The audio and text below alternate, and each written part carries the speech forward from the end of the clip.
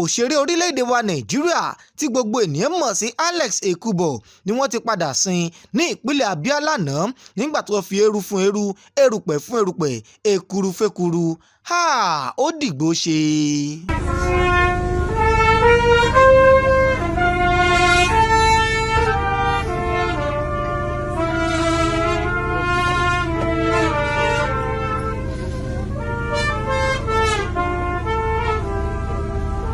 Position yourself.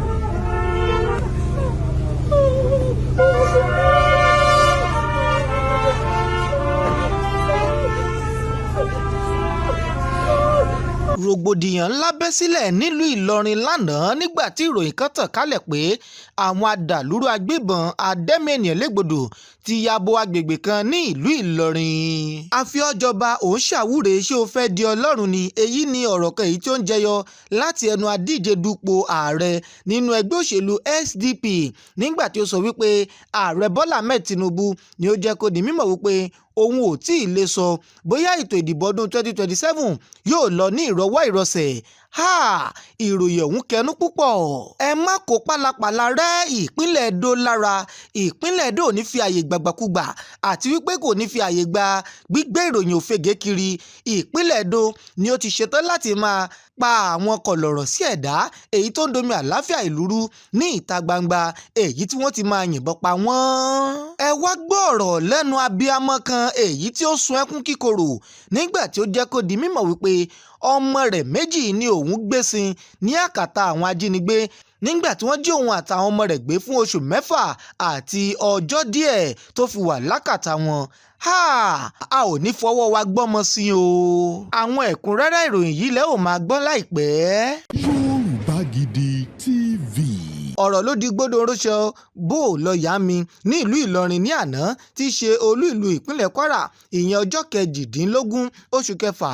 ọdún 2026 lẹ́yìn tí ìròyìn kan tàn kálẹ̀ pé àwọn agbébọn ti ya wọ̀lú pé wọ́n sì ti ń ṣọṣẹ́ ní ilé ẹ̀kọ́ kan ní agbègbè Òkè Òyì. Lọ́gán làwọn aláṣẹ àwọn ilé ẹ̀kọ́ kan bẹ̀rẹ̀ sí ní gbé ilẹ̀kùn ilé ẹ̀kọ́ wọn ti pa. Bẹ́ẹ̀ làwọn olùkọ́ mìíràn sì ránṣẹ́ pé àwọn òbí àti àwọn alágbàtọ́ láti wá mú àwọn ọmọ wọn kúrò nílé ẹ̀kọ́ wọn. Àwọn ilé ẹ̀kọ́ míì tilẹ̀ dá àwọn akẹ́kọ̀ọ́ síta pé kí wọ́n máa lọ sí ilé wọn, tí àwọn olùkọ́ àti àwọn akẹ́kọ̀ọ́ ọ̀hún sì ń sá kíjokíjo fún ẹ̀mí ara wọn. Èyí ló fa ìbẹ̀rùbojo káàkiri ìlú Ìlọrin tí ọ̀pọ̀ òbí àti alágbàtọ́ sì ń sáré kàbàkàbà láti lọ mú àwọn ọmọ wọn kúrò ní ilé ẹ̀kọ́. Ìròyìn gbé jáde wípé àwọn òbí kan ni wọ́n ya bo àwọn ilé ẹ̀kọ́ kan èyí tí wọ́n kọ̀ jálẹ̀ láti jọ̀wọ́ àwọn akẹ́kọ̀ọ́ tó wà ní àkàtà wọn láti máa lọ sílé láti lọ mú àwọn ọmọ wọn kúrò ní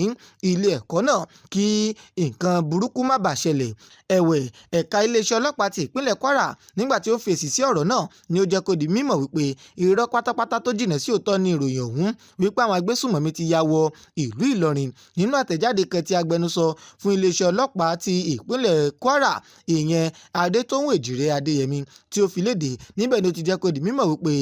ìròyìn ọ̀hún ni ó fa wàhálà sí àárín ìlú èyí tó sì jẹ́ kí àwọn ènìyàn máa sá kíjokíjo. Adétóhùn ni ó tún sọ wípé nǹkan bíi aago 9 kọjá ìṣẹ́jú 15 ní òwúrọ̀ ni àwọn gba ìpè pàjáwìrì wípé àwọn agbébọn ti ya wọ inú ọgbà ilé ẹ̀kọ́ girama àwọn obìnrin, ìyẹn Government Girls Secondary School tó wà ní Òkè Òyì ní ìlú Ìlọrin. Ó jẹ́ kó di mímọ̀ pé lọ́gán tí àwọn gbọ́ èyí ni àwọn ránṣẹ́ pé àgọ́ ọlọ́pàá tó wà ní Òkè Òyì tí ó sì rán àwọn agbófinró lọ sí ibi tí wọ́n sọ wípé ìṣẹ̀lẹ̀ ọ̀hún ti ṣẹlẹ̀ láti dáàbò bo àwọn akẹ́kọ̀ọ́, olùkọ́ àti àwọn ará ìlú tó wà ní agbègbè ọ̀hún. Iṣẹ́ ìwádìí ṣàfihàn rẹ̀ wípé ìròyìn ẹlẹ́jẹ̀ èyí tí ó jìnà sí òótọ́ ni ìròyìn ọ̀hún nígbà tí arábìnrin kan ṣàdédé sá wọ inú ilé ẹ̀kọ́ náà tí ó sì ń pariwo pé àwọn agbébọn ti dé sí agbègbè náà. Ìròyìn tí wọn ò ṣèwádìí rẹ̀ yìí ló fa rògbòdìyàn láàrin àwọn olùkọ́ àti àwọn akẹ́kọ̀ọ́ tí ó sì fa ìdádúró lẹ́ka ètò ẹ̀kọ́. Fún ìdí èyí, ìròyìn náà kì í ṣe òtítọ́, kò sì lẹ́sẹ̀ nílẹ̀. Ẹnìkan kò kófìrí àwọn agbésùnmọ̀mí kankan,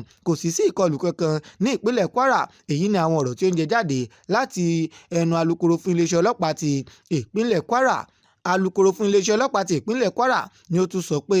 alábòjútó fún iléeṣẹ́ ọlọ́pàá ti ìpínlẹ̀ Kwara, ìyẹn CP Adékìmí Òjó, bẹnu àtẹ́lu títan ìròyìn òfegè kiri ilẹ̀ wípé ó lè ṣokùnfà rògbòdìyàn láwùjọ. Ó ní ẹ̀ka iléeṣẹ́ ọlọ́pàá náà ni ó ti bẹ̀rẹ̀ iṣẹ́, ni ó sì ti bẹ̀rẹ̀ ìgbésẹ̀ láti dá àwọn tí wọ́n wà nídìí ọ̀rọ̀ náà mọ̀. lẹ́yìn èyí ni wọn yóò pè wọ́n láti wá wí tẹnu wọn tí wọn yóò sì jìyà ẹ̀ṣẹ̀ wọn lábẹ́ òfin. Ó rọ àwọn ará ìlú kí wọ́n wà lójúfò ṣùgbọ́n kí wọ́n ṣe pẹ̀lẹ́ kí wọ́n sì má lọ́wọ́ nínú títan ìròyìn ayédèrú kiri ilẹ̀. Agbẹnusọ ọ̀hún tún sọ wípé ẹ̀ka iléeṣẹ́ ọlọ́pàá ti ìpínlẹ̀ Kwara ni kò ní kárẹ̀ nípa pípèsè ààbò fún ẹ̀mí àti dúkìá ará ìlú. Ẹ̀wẹ̀, àwọn òbí kan èyí tí wọ́n bá àwọn akọ̀ròyìn sọ̀rọ̀ ni wọn ò fi orúkọ wọn síta látàrí bí ìròyìn ọ̀hún ṣe rí ni wọ́n jẹ́ kó di mímọ̀ pé láti ìgbà tí ìṣẹ̀lẹ̀ ti ìlú Ògbómọ̀ṣọ́ ti ṣẹlẹ̀ ni àwọn òbí àti àwọn alágbàtọ́ ti ń gbáradì nítorí wípé àwọn ò fẹ́ irúfẹ́ ìṣẹ̀lẹ̀ bẹ́ẹ̀ kí ó ṣẹlẹ̀ ní ìpínlẹ̀ Kwara. Àwọn òbí ọ̀hún ni wọ́n wá rọ ìjọba pé kí wọ́n mú ètò ààbò àwọn akẹ́kọ̀ọ́ àti àwọn olùkọ́ ní ọ̀kúnkúndùn àti ìlú lápapọ̀ kí wọ́n sì yára láti dóòlà àwọn akẹ́kọ̀ọ́ àti àwọn olùkọ́ tí wọ́n jí gbé nílùú Ògbómọ̀ṣọ́ ní ìpínlẹ̀ Ọ̀yọ́. Ìtàkùrọ̀sọ ẹ̀ka òṣèlú ni ó ti ń ṣẹlẹ̀ fún ètò ìdìbò ọdún 2027 nígbà tí adíje du ipò ààrẹ nínú ẹgbẹ́ òṣèlú Social Democratic Party SDP ìyẹn Adéwọlé Adébáyọ̀ tí ó ti ń fi ẹ̀sùn kan ààrẹ Bọ́lá Ahmed Tinubu wípé ààrẹ Bọ́lá Ahmed Tinubu ni ó jẹ́ kó di mímọ̀ pé òun ò tí ì lè fìdí rẹ̀ múlẹ̀ bóyá ètò ìdìbò ọdún 2027 yóò lọ ní ìrọwọ́ ìrọsẹ̀. Adébáyọ̀ ni ó sọ ọ̀rọ̀ yìí níbi ìfọ̀rọ̀wérọ̀ kan èyí tí ó ṣe lórí ìkànnì ìgbóhùnsáfẹ́fẹ́ kan ní ọjọ́rú èyí tí ó kọjá yìí. Níbi bẹ̀ ló ti jẹ́ kó di mímọ̀ pé wípé òun ò nígbàgbọ́ nínú ètò ìdìbò orílẹ̀-èdè Nàìjíríà pàápàá jùlọ èyí tí ó ń bọ̀ ní ọdún 2027. Níbàámu pẹ̀lú ọ̀rọ̀ rẹ̀, ó jẹ́ kó di mímọ̀ pé ààrẹ Bọ́lá Ahmed Tinubu ni ó sọ ọ̀rọ̀ yìí jáde nígbà tí ó fi ń ṣe ìpàdé ìṣínu lásìkò ààwẹ̀ nílùú Àbújá. Níbi bẹ̀ ló ti jẹ́ kó di mímọ̀ pé ààrẹ ni ó sọ èyí nígbà tí àwọn èèkàn kùgù nínú ẹgbẹ́ òṣèlú All Progressives Congress APC àti àwọn èèkàn kọ̀ọ̀kan láàrin ìlú tí wọ́n péjọpọ̀ láti bá ààrẹ ṣe ètò ìṣínu ààwẹ̀. Ó fi ẹ̀sùn kan ààrẹ Bọ́lá Ahmed Tinubu wípé ààrẹ Bọ́lá Ahmed Tinubu ni ó sọ fún àwọn adarí ẹgbẹ́ òṣèlú alátakò wípé lóòótọ́ àti lódodo ní ilé ìgbìmọ̀ asòfin àgbà ilẹ̀ wa Nàìjíríà wọ́n ti ṣe àtúntò sí ìwé òfin ètò ìdìbò ilẹ̀ wa Nàìjíríà wípé òun ò lo gbogbo agbára tí òun ní gẹ́gẹ́ bí ààrẹ láti fi padà dé ipò ààrẹ ní ọdún 2027. Adébáyọ̀ ni ó wá sọ ọ̀rọ̀ yìí tí ààrẹ Bọ́lá Ahmed Tinubu sọ yìí wípé ọ̀rọ̀ yìí ni ó lè jẹ́ kí wàhálà ṣẹlẹ̀ láàrin ìlú àti wípé kò ní jẹ́ kí àwọn ènìyàn kí wọ́n ní ìgboyà nínú ìlànà òfin àti ètò ìdìbò ilẹ̀ wa Nàìjíríà tó fi mọ́ wípé yóò dábàrú ètò ìṣèjọba àwarawa èyí tí à ń gbé kiri ní orílẹ̀-èdè Nàìjíríà gẹ́gẹ́ bí a ṣe lò ó bí ìlànà ètò ìdìbò àti ìṣèjọba orílẹ̀-èdè Nàìjíríà. Ọ̀gbẹ́ni Adébáyọ̀ ni ó tún wá ń fi ẹ̀sùn kan ààrẹ Bọ́lá Ahmed Tinubu wípé ó gbé àfojúsùn rẹ̀ gẹ́gẹ́ bí ààrẹ ga jù ètò òṣèlú àti ìbọ̀wọ̀ fún ìwé òfin ilẹ̀ wa Nàìjíríà lọ. Ṣùgbọ́n èyí ni yóò jẹ́ kí àwọn ènìyàn kan má ní ìgbàgbọ́ èyí tí ó péye lórí ẹ̀ka ètò ìdìbò ilẹ̀ wa Nàìjíríà. Bákan náà ni ó tún wá jẹ́ kó di mímọ̀ pé òun bẹnu àtẹ́lu ilé ìgbìmọ̀ asòfin àgbà ilẹ̀ wa Nàìjíríà fún bí wọ́n ṣe ń ṣe ẹ̀ka òfin tó ń mójútó ètò ìdìbò nílẹ̀ wa Nàìjíríà wípé wọ́n ṣe àwọn àtúnṣe èyí tó ṣe sí ìwé òfin ọ̀hún níbàámu pẹ̀lú àṣẹ èyí tí ààrẹ Bọ́lá Ahmed Tinubu tí ó pa fún wọn èyí tó sì ń jẹ́ kí ìlànà ìṣèjọba àwarawa ní orílẹ̀-èdè Nàìjíríà kó máa di akúrẹ̀tẹ̀ àti ẹgẹrẹmìtì. Bákan náà ni ó wá sọ̀rọ̀ wípé ààrẹ Bọ́lá Ahmed Tinubu ní àwọn ọ̀rọ̀ tí ó sọ lásìkò ọ̀hún ni àwọn ẹgbẹ́ òṣèlú alátakò ni wọ́n dì mú láti fi wo bí ètò ìdìbò ọdún 2027 yóò ṣe lọ. Ṣùgbọ́n títí di àsìkò tí arákùnrin yìí tí ó fi sọ̀rọ̀, àwọn amúgbálẹ́gbẹ̀ẹ́ àti olùdámọ̀ràn pàtàkì sí ààrẹ Bọ́lá Ahmed Tinubu ìyẹn Báyọ̀ Ọ̀nànúgà àti Daniel Buhala ni wọn ò tí ì sọ kankan lórí ọ̀rọ̀ yìí títí di àsìkò tí a fi ń kó ìròyìn yìí jọ. Ṣùgbọ́n ẹ̀sùn yìí ni wọ́n fi ń kan ààrẹ Bọ́lá Ahmed Tinubu ṣáájú ètò ìdìbò gbogbogbò ọdún 2027 èyí tó ń bọ̀ lọ́nà tí ó sì ṣe gẹ́gẹ́ bí ìkìlọ̀ láti lè fi jẹ́ kí ètò ìdìbò ọdún 2027 kó lọ ní ìrọwọ́ ìrọsẹ̀ láti lè fi gbé ẹ̀ka ìṣèjọba àwarawa ga ní orílẹ̀-èdè wa Nàìjíríà. Ìjọba ìpínlẹ̀ Edo ni ó ti jẹ́ kó di mímọ̀ wípé ìròyìn òfegè ni ìròyìn kan tí ó ń lọ káàkiri orí ayélujára wípé àwọn agbébọn adẹ́mi ènìyàn légbodò adàlúrú ajínigbé ni wọ́n ti ya bo agbègbè Sabongida Hora ní ìpínlẹ̀ Edo láti lọ́ọ́ fi jí àwọn akẹ́kọ̀ọ́ èyí tó wà ní àwọn ilé ẹ̀kọ́ níbi bẹ̀ gẹ́gẹ́ bí ìròyìn òfegè èyí tó sì lè dá wàhálà lẹ̀ sáàrin ìlú. Ọ̀rọ̀ yìí ni ó jẹ jáde láti ẹnu alábòjútó fún ọ̀rọ̀ ìfitónilétí àti ìlànà tó gbọgbọ́n ní ìpínlẹ̀ Edo ìyẹn ọmọọba Kazeem Afegbua níbi bẹ̀ ni ó ti jẹ́ kó di mímọ̀ pé ọ̀rọ̀ èyí tí ó ń lọ kiri ní gbogbo orí ayélujára ọ̀hún ní ọjọ́bọ̀ àná ni ó jẹ́ ìròyìn òfegè tí ó sì tètè fi síta ní ọjọ́bọ̀ àná tí í ṣe ọjọ́ 19 oṣù kẹfà ọdún 2026 gẹ́gẹ́ bí ìròyìn tí ó lè ṣini lọ́nà wípé ìròyìn òfegè ni ìròyìn ọ̀hún. Níbàámu pẹ̀lú ọ̀rọ̀ rẹ̀, ó jẹ́ kó di mímọ̀ pé àwọn ènìyàn kan ni wọ́n lọ́wọ́ nínú títan ìròyìn ayédèrú ọ̀hún kálẹ̀, èyí tí wọn yóò sì padà fi ojú wọn ba ilé ẹjọ́. Bákan náà ni ó jẹ́ kó di mímọ̀ pé òun wá láti wá fìdí ọ̀rọ̀ ọ̀hún múlẹ̀ wípé ìròyìn òfegè ni ìròyìn ọ̀hún, kí ẹnikẹ́ni má káyà sókè ní ìpínlẹ̀ Edo, nítorí pé ìjọba ìpínlẹ̀ Edo ni ò ní fi àyè gba jíjí àwọn ènìyàn gbé, wíwu ìwà kò tọ́ àti jíjẹ gàba lórí ènìyàn lọ́nà àìtọ́. Bákan náà ni alábòójútó ọ̀hún tún sọ wípé gómìnà Monday Okpebholo ni ó sì ní ìfaradì tó gúnmọ́ sínú ètò ààbò yíká ìpínlẹ̀ Edo àti wípé ó ti dókòwò púpọ̀ sínú ìlànà ètò ààbò ní ìpínlẹ̀ Edo nítorí wípé ó nífẹ̀ẹ́ àwọn ará ìlú. Afegbua, ẹni tó jẹ́ alábòójútó fún ìfitónilétí àti ìlànà tó gbọgbọ́n, ni ó jẹ́ kó di mímọ̀ wípé wọ́n ti ṣe àṣeyọrí láti dóòlà arábìnrin kan èyí tí àwọn ajínigbé tí wọ́n jí gbé ní ọjà vegetable market tó wà ní ojú òpópónà airport road ní ìlú Benin, wípé wọ́n ti dóòlà arábìnrin ọ̀hún ni wọ́n jí gbé ní ọjọ́ àìkú ọjọ́ 14 oṣù kẹfà ọdún 2026, ṣùgbọ́n wọ́n ti dóòlà arábìnrin ọ̀hún. Ó jẹ́ kó di mímọ̀ pé dídóòlà arábìnrin ọ̀hún ni ó wà níbàámu pẹ̀lú àṣẹ èyí tí gómìnà ìpínlẹ̀ Edo tí ó pa fún àwọn ẹ̀ṣọ́ aláàbò wípé ti ìpátìkúùkù ni kí wọ́n fi rí i dájú wípé wọ́n dóòlà arábìnrin yìí kúrò ní ọwọ́ àwọn ajínigbé, tí ó sì jẹ́ kó di mímọ̀ pé ìjọba ìpínlẹ̀ Edo lábẹ́ ìdarí gómìnà ìpínlẹ̀ Edo, gómìnà Monday Okpebholo, ni kò tí ì fojú ba ọrùn látàrí ó fẹ́ jẹ́ kí ètò ààbò kí ó dúró digbí ní ìpínlẹ̀ Edo. Bákan náà ni gómìnà gangan, ìyẹn gómìnà Monday Okpebholo, ni ó sọ nínú ọ̀rọ̀ rẹ̀ wípé ìṣèjọba òun ò ní tẹ̀tì láti máa rí i dájú wípé òun buwọ́ lu pípa àwọn ajínigbé, àwọn tí wọ́n jẹ́ ọmọ ẹlẹ́gbẹ́ òkùnkùn àti àwọn oníwà ipá mìíràn tí wọ́n domi àláfíà ìlú rú, èyí tí ilé ẹjọ́ bá ti dájọ́ ikú fún. Monday Okpebholo ni ó sọ ọ̀rọ̀ yìí ní ọjọ́bọ̀ àná nígbà tí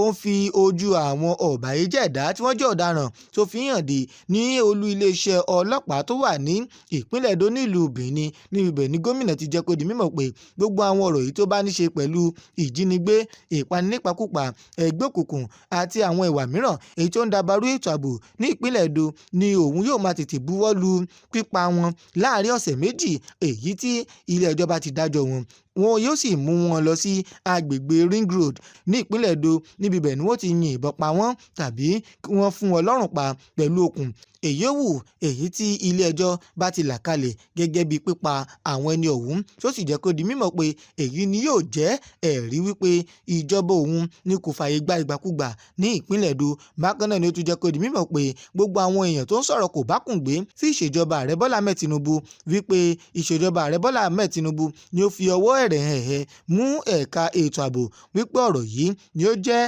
ọ̀rọ̀ tí kò lẹ́sẹ̀ nílẹ̀, nítorí pé ìṣèjọba ààrẹ Bọ́lá Ahmed Tinubu ni ó ń jẹ́ kí ètò ààbò kí ó gbópọn sí i ní orílẹ̀-èdè Nàìjíríà, àti wípé ààrẹ Bọ́lá Ahmed Tinubu ni ó ń sa gbogbo ipá rẹ̀ tí ó sì ń fún àwọn gómìnà káàkiri àwọn ìpínlẹ̀ ní ohun tí ó yẹ gẹ́gẹ́ bí owó ètò ààbò. Ṣùgbọ́n òun fi ìdí rẹ̀ múlẹ̀ wípé ààrẹ Bọ́lá Ahmed Tinubu ni ó gbé ìgbésẹ̀ láti lè fi rí dájú wípé ètò ààbò wà ní orílẹ̀-èdè wa Nàìjíríà. Bákan náà ni ó tún fi kún ọ̀rọ̀ rẹ̀ wípé òun gbé mílíọ̀nù 10 náírà sílẹ̀ fún àwọn ọlọ́pàá fún bí wọ́n ṣe ráwọ́ tó àwọn ajínigbé èyí tí wọ́n jí arábìnrin ọ̀hún gbé ní ọjà vegetable market tó wà ní ojú òpópónà airport road ní ìlú Benin. Òun fún wọn ní mílíọ̀nù 10 náírà gẹ́gẹ́ bí owó kóríyá fún iṣẹ́ tí wọ́n ṣe. Bákan náà ni ìròyìn ọ̀hún tún gbé wípé wọ́n gba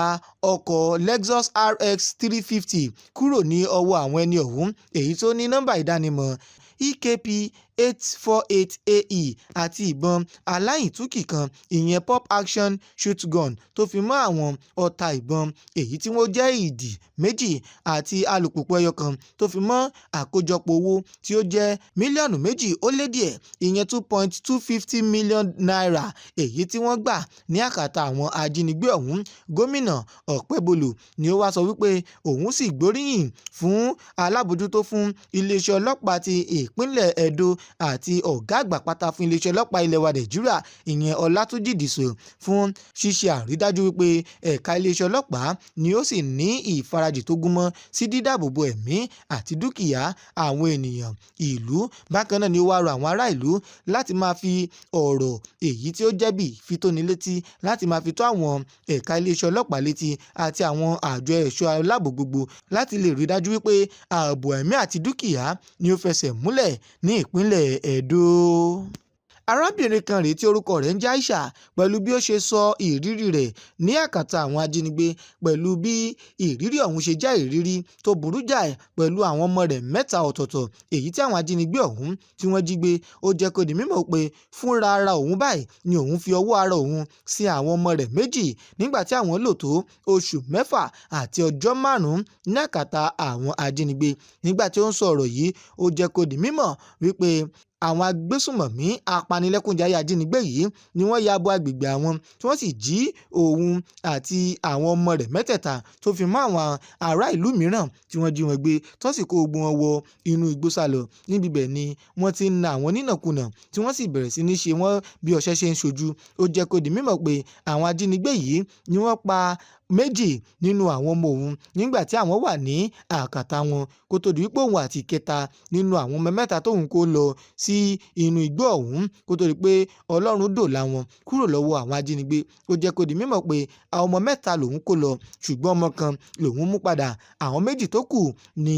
òun fi ọwọ́ ara òun ni òun fi sin wọ́n. Aisha jẹ́ kó di mímọ̀ pé àkọ́kọ́ nínú ọmọ tí wọ́n pa mọ́ òun lọ́wọ́ ni ọmọ kan tí òun fún lọ́yàn ìyẹn ọmọ tuntun jòjòló èyí tí ó sọ wípé àwọn agbébọn adẹ́mìnìyàn légbodò apanilẹ́kúnjayé adàlúrú ìyẹn tí wọ́n tún jẹ́ báńdíìtì ni wọ́n gbọ́ ọmọ òun lọ́wọ́ òun tí wọ́n sì yín ọrùn rẹ̀ pìnrín kó tó di wípé eegun ọrùn ọmọ òun ó sẹ́ tí wọ́n sì ju ọmọ òun fóun wípé òkú ọmọ òun nù kí òun sì bẹ̀rẹ̀ sí ní bẹ̀ wọ́n wípé kí wọ́n ṣe òun jẹ́jẹ́ nítorí wípé oró tí wọ́n dóhun yìí ni ó pọ̀ jọjọ tí ara òun ò lè gbà. Ṣùgbọ́n ó wá bẹ̀ wọ́n wípé kí wọ́n jọ̀ọ́ kí